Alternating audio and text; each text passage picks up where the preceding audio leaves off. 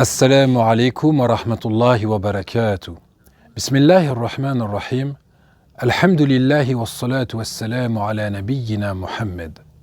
On se trouve ici dans la ville d'El Oula, qui se situe à environ 400 km au nord-ouest de Médine. Et nous sommes à une dizaine de kilomètres de la vallée d'El Hijr, l'endroit où vivait un peuple qui a été anéanti, un peuple très ancien. Il s'agit du peuple de Thamoud, ce peuple qu'Allah Ta'ala avait comblé de bienfaits et leur avait donné une force, ce qui leur permettait de construire leur maison dans les montagnes. Alors qu'ils étaient dans le chemin de la désobéissance, Allah Ta'ala leur a envoyé un prophète du nom de Salih, alayhi salam, qui appela son peuple à n'adorer qu'Allah subhanahu wa ta'ala, sans rien lui associer. Et s'ils avaient obéi, avaient été reconnaissants et avaient cru en leur prophète, alors Allah Ta'ala aurait maintenu et fait fructifier ses bienfaits. Mais son peuple l'a traité de menteur. Et celui qui traite de menteur un prophète, c'est comme s'il avait traité l'ensemble des prophètes de menteurs. Car leur prédication est la même. C'est pour cette raison qu'Allah Jalla wa Ala dit dans le Coran « وَلَقَدْ كَذَّبَ أَصْحَابُ الْحِجْرِ الْمُرْسَلِينَ » Certes, les gens d'Al-Hijr ont traité de menteurs les messagers. Alors Salih, alayhi salam, a invoqué Allah Azza wa Jal en espérant que son peuple croie et se repente. Alors Allah Ta'ala a fait sortir une chamelle d'un rocher. Et ceci est un immense miracle d'Allah Ta'ala. Puis leur prophète Salih alayhi salam leur a informé qu'ils pourraient boire l'eau du puits un jour et l'autre jour ils devaient laisser la chamelle boire dans le puits et qu'ils ne devaient pas lui faire de mal. Mais malgré cela, les gens de Thamoud se sont enorgueillis, n'ont pas cru et se mirent à comploter pour assassiner la chamelle. Puis, ils finirent par la tuer en l'égorgeant. Alors le prophète Salih alayhi salam les a informés qu'un terrible châtiment allait les frapper après 3 jours. Mais ils ne l'ont pas cru et au contraire ont continué à se moquer de lui. Et le préjudice et le tort qu'il causait à Salih alayhi salam et à ceux qui croyaient en lui se sont intensifiés après cette annonce.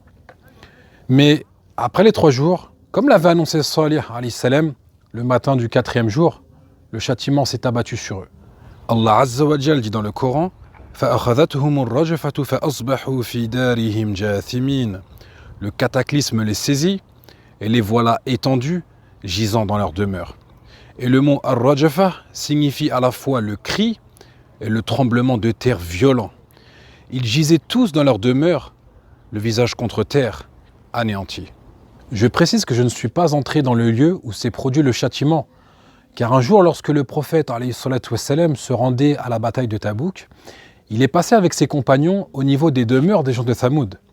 Et le prophète alayhi salatu wassalam a averti ses compagnons en leur disant « N'entrez pas dans les demeures de ceux qui ont été châtiés, sauf en étant en train de pleurer, de peur que vous subissiez ce qu'ils ont subi. » Dans l'explication de ce hadith, Cheikh Ibn Uthaymin, rahimahullah, dit qu'il est donc interdit à toute personne d'aller dans les demeures des gens de Thamoud pour se distraire et regarder leur maison, car ceci rentre dans la désobéissance au prophète alayhi salatu wassalam.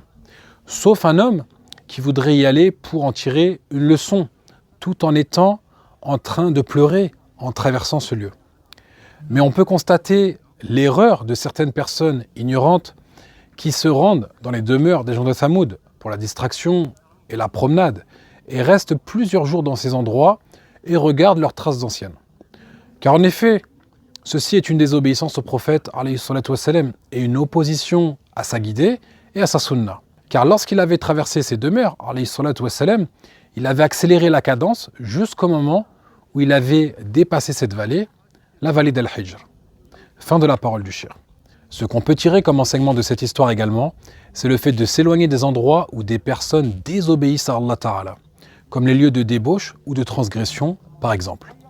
Je propose maintenant qu'on écoute les versets du noble Coran qui mentionnent cette histoire afin qu'on puisse méditer dessus. Qu'Allah vous accorde la réussite et vous préserve, vous ainsi que vos familles. هذا والله أعلم وصلى الله على نبينا وسلم. أعوذ بالله من الشيطان الرجيم.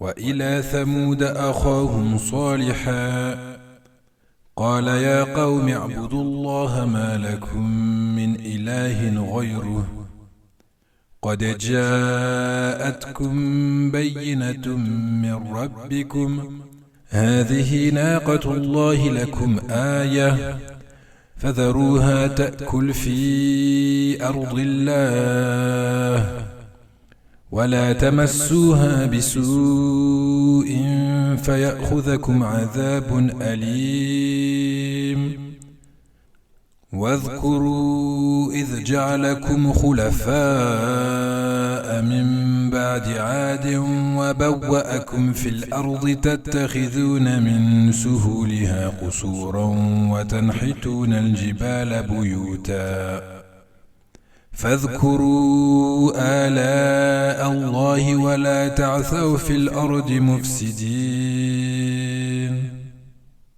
قال الملأ الذين استكبروا من قومه للذين استضعفوا لمن آمن منهم أتعلمون أن صالحا مرسل من ربه قالوا إنا بما أرسل به مؤمنون قال الذين استكبروا إنا بالذي آمنتم به كافرون فعقروا الناقة وعتوا عن أمر ربهم وقالوا يا صالح ائتنا بما تعدنا إن كنت من المرسلين فأخذتهم الرجفة فأصبحوا في دارهم جاثمين فتولى عنهم وقال يا قوم لقد أبلغتكم رسالة ربي ونصحت لكم ولكن لا تحبون الناصحين